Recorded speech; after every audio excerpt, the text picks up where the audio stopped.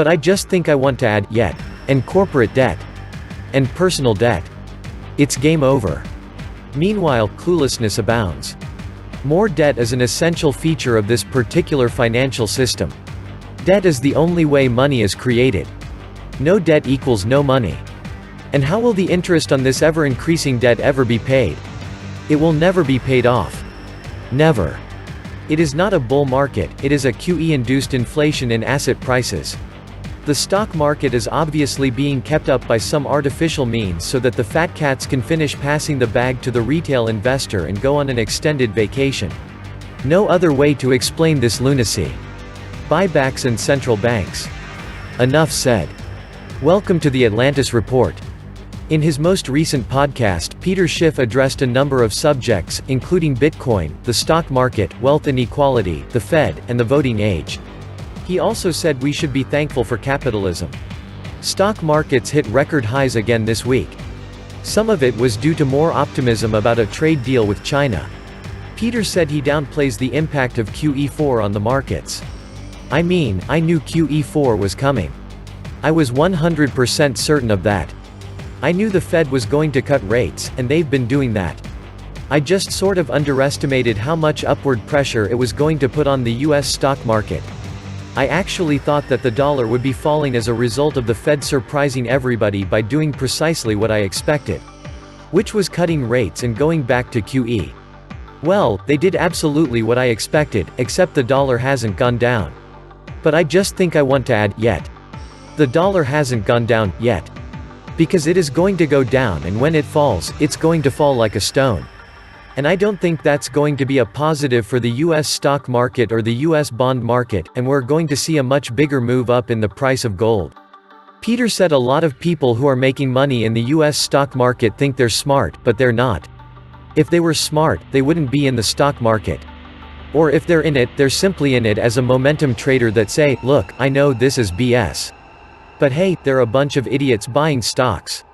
So I'm going to buy stocks now so I can sell to these idiots. And I'm going to get out the door before they realize the market has turned. Peter also talked about Minnesota Fed President Neel Kashkari. He is one of the most dovish central bankers at the Fed. In a recent speech, Kashkari suggested that the central bank might be able to use monetary policy to address wealth inequality. I really thought that was rich because one of the reasons we have a widening gap of wealth inequality is because of the Fed and because of the policies that Neel Kashkari advocates. Creating inflation, debasing the money, is a transfer of wealth from savers to debtors. When Peter says debtors, he doesn't mean the typical American consumer. He suggests people who have levered up to buy real assets. When you buy an asset, and you contract debt, inflation makes you rich because it annihilates the value of the money you borrowed. And now you're left with the real asset that you purchased. But who gets wiped out? The savers. And who are the savers? The average guy who's got a 401k or a pension. He's got an annuity. He's got cash value in life insurance. He's got bonds. He's got some savings. He's the one getting wiped out. And so the people who levered up to buy assets, which are typically richer people, have gotten richer. And the people who haven't done that, who aren't as sophisticated, don't have the incomes or the assets to do that. They're just trying to save their money. Well, they're getting eviscerated. The Fed policy also transfers wealth from wage earners to speculators. And it encourages consumers to take on debt by flooding the market with cheap money. I think it's really ridiculous for the Fed. I mean, this is about the pot calling the kettle black. The Fed saying they're going to do something about income inequality when they're the reasons that we have more income inequality than would typically be the case. Of course, you can't really have income equality in a free society. And even if you are going to embark on this misguided notion of fixing income inequality, how is the Fed going to do it? All it can do is print money. It's true, the game of QE can play out for a long time. But once you've removed all the wealth from the middle class via mass debt and government spending skyrocketing with reduced tax due to weaker economy, it will implode. Silver and gold are not and should never be seen as an asset of value in this current financial circus. But rather a hedge bet to protect you when it fails.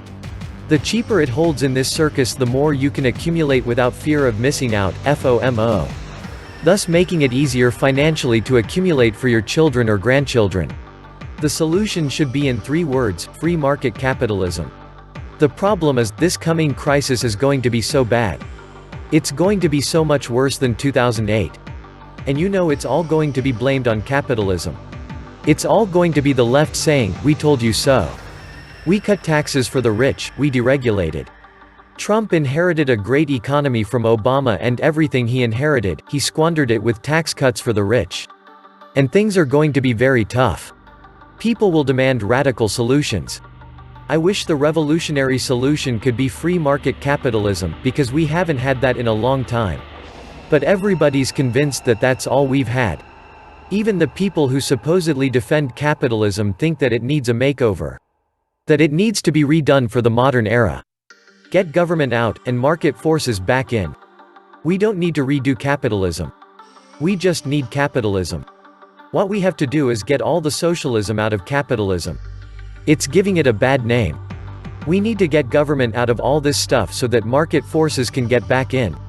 What the policy of the Fed does is, it transfers wealth from wage earners to speculators. Because the wage earners are seeing the value of their incomes, their wages, being diminished because of the monetary policy of the Fed. The inflation is destroying the cost of their labor income. But it is helping to increase the value of the revenue that speculators get through financial leverage and other types of paper pushing and engineering. So they're making the rich richer. Who can afford to speculate? The middle class can't. They are just trying to collect a paycheck and clocking in at a job. The market is pushed up on liabilities the middle class will bear. When market collapses, they will bear the brunt. The value of their hard work is going down. Because the cost of living is going up. But as much as the Fed wants to pretend that the cost of living is not going up, it is. And it's going up faster than most people's wages. So that is helping to drive income inequality. And of course, the cheap money that the Fed puts out there also makes it easier for consumers to make a wrong choice, to borrow, to buy consumer goods. Private banks loan, fractional reserve lending, create out of thin air, money, debt, to people, to business, to nations, to both sides of all wars, with interest, usury. Now, after many generations of this, of banksters buying up the entire world's resources and funding all conflicts, they own the world as a whole, monopoly. The banksters fund all sides of every conflict, insert themselves into every matter. Behind every conflict, there are banksters issuing credit and controlling the situation, regardless of who wins. It's the recent super injection of QE that will send us to the higher High Moon mission for at least a year. It worked for Magic Man Ben Bernanke. Sing together with me, let the good times roll. These markets are an abomination. Trump is going to own the drawdown crash when it happens. $1.3 trillion in new debt this year already. The guy spends like a hooker with a crack addiction. The Fed repoed another $108 billion this week. Pathetic. The banks aren't building reserves. They're running over to the casino. The US in only a few months had 3 rate cuts, initiated QE4 with $60 billion minimum purchase of treasuries, have $150 billion repo injections daily, increased the Federal Reserve balance sheet to more than $4.2 trillion, and the list goes on and on. These are tools that central banks have to combat recessions and depressions, and they should be used only in extreme emergency situations.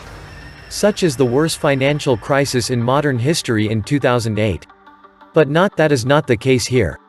Jay Powell and Mnuchin Trump are obsessed with the stock markets because they want it to look good for Trump US presidential re-election. It's disgusting. There are trillions in junk waiting to implode. Once it starts, the Fed will be helpless to stop it. I predict it will be quick and violent.